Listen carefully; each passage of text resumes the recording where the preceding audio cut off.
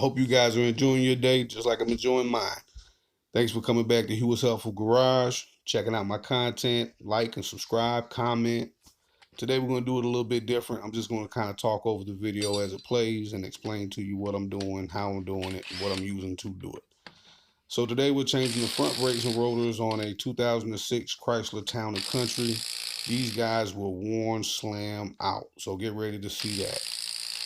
First thing we're going to do is obviously remove the tire. So you're going to need your 19 millimeter impact rated socket. Throw it onto your impact wrench, cheater bar, breaker bar, whatever you got at the time, whatever you need to use it.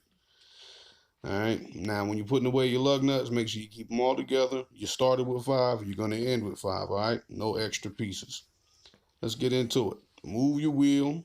Kind of visually inspect it real quick. Make sure nothing's too crazy. Slide it to the side and get on with your business. All right, we're going to check out these rotors.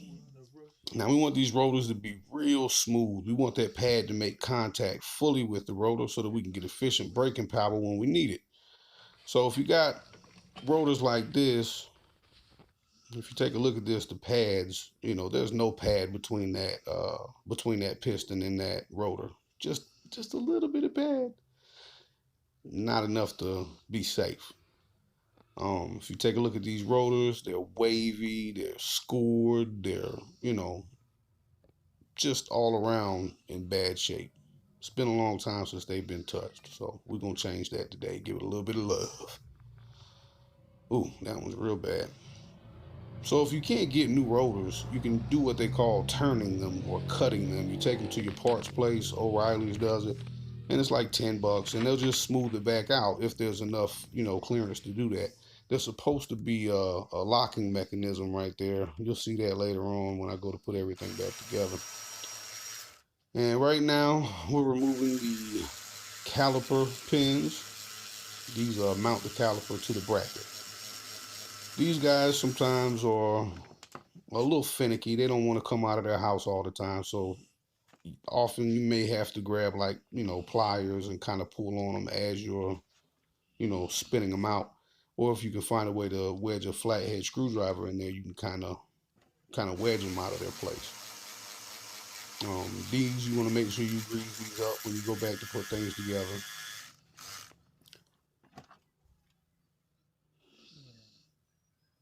There you go. You can see the size on the hex head there. It said 7. That worked out, huh? All right.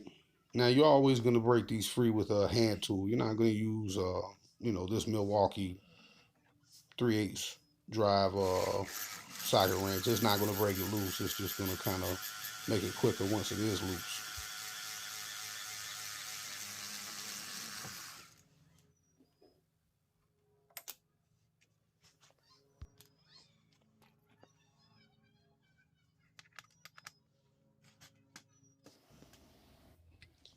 Now, if you don't want to be a dummy and create a disaster, be smart and use your PB blaster, all right? This stuff is amazing. Works wonders, especially on these rust belt driven vehicles, okay? Spray it on there, get it in there. When you go to turn these bolts loose, it's going to be like butter, baby. You know what I mean? Easy.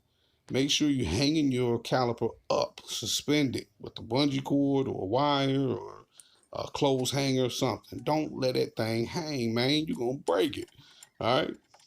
Now, when it comes to turning these bolts loose, they're uber tight. All right. So regular size socket wrench is just not really going to hit on that. You need that 1/2 inch breaker bar, 25-inch breaker bar. You need all that room, leverage. And you just get in there, you crack them loose, give them a few spins. Then you can throw that 21 millimeter onto your regular socket wrench and get to work, knock it out.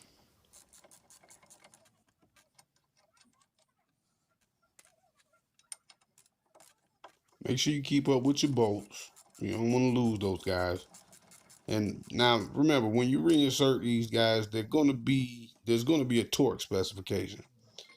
You should always follow the torque specification. If you don't have a torque wrench and you can't precisely follow it, make sure you put your ass into tightening them bolts, man. You don't want this stuff to come loose while you're driving down the road. All right, so we throw it on the bench. We scrub off as much of this rust crap as we can. This is just a little bit. There was a ton that came off, but we want everything clean so it comes out right. We want to do a good job, right? I know I do. All right, now we're gonna slap these beautiful new rotors up there. You see how smooth them things are, man? That's the way a rotor should look. If you want your new brake pads to work the best, then you need to put them up against a new rotor as well. All right, so now we're going back to reinstall the caliper mounting bracket.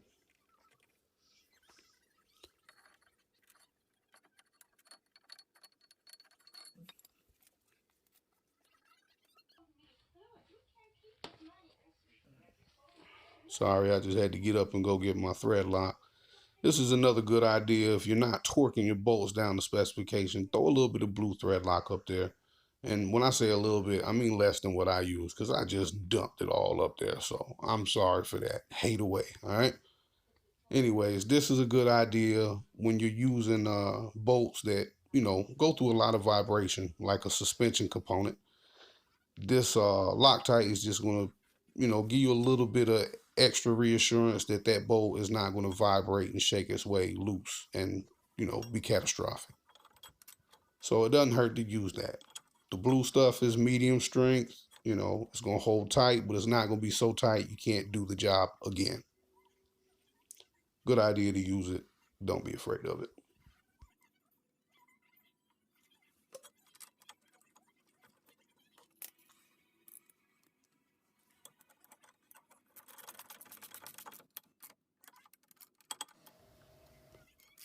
All right, now with your regular size socket wrench, you're going to run these bolts in as far as you can. Um, Once you get them in as far as you can with that, you're going to break out the big guy. All right, you're going to break out the breaker bar. Keep in mind that with a handle of this length, there's a lot of torque. Okay, it's capable of producing a lot of torque. So you don't want to put your whole ass into it unless you weigh about 100 pounds. Then you probably ain't got nothing to worry about. But me, Mr. 300, I'm not doing it because that's going to snap. So I'm going to try to make my life easier just a little bit.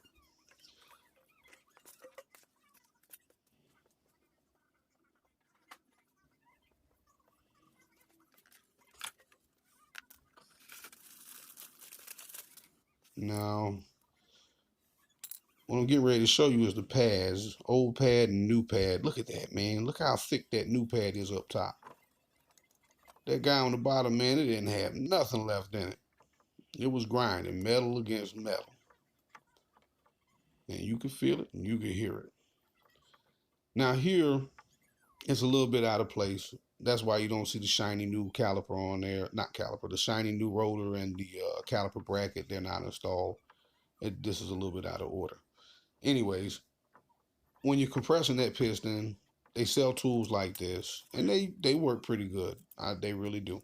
In this case, I could only get the piston compressed to a certain point, and then it was being a pain in my butt. So I broke out the big guy, big old C clamp. All right, he gonna make quick work out of this. So we're gonna push this piston back in slowly, just because we don't want to rush things. There's no need to rush things. Let's do it right, and let's do it right the first time. So go ahead and compress that piston, push it all the way in there, twist till it don't twist no more. You got to have room so you can get this thing back over your new brake pads and how thick they are, all right? Now, when you go to reinstall your brake caliper, make sure that you grease these two pins up real good, okay? They're supposed to slide. They're supposed to be functional. It's important for the braking. Now, this is everything put back together, tightened up. Now there's a piece missing here that you're going to see in this next picture. It's a little metal clip that kind of, basically what it does is it holds everything together. So there's no more play, there's no gap, everything's tight, functional. All right, there you go. It's like a long metal piece. It's really hard to explain. This is a pain in the butt to put on. This is a pain in the butt fixer. So don't be afraid to use your dead blow hammer and make it work, okay? Once everything's in there, nice and tight, no room to shimmy between the rotor, caliper, and brake pad, everything's good to go. Job well done.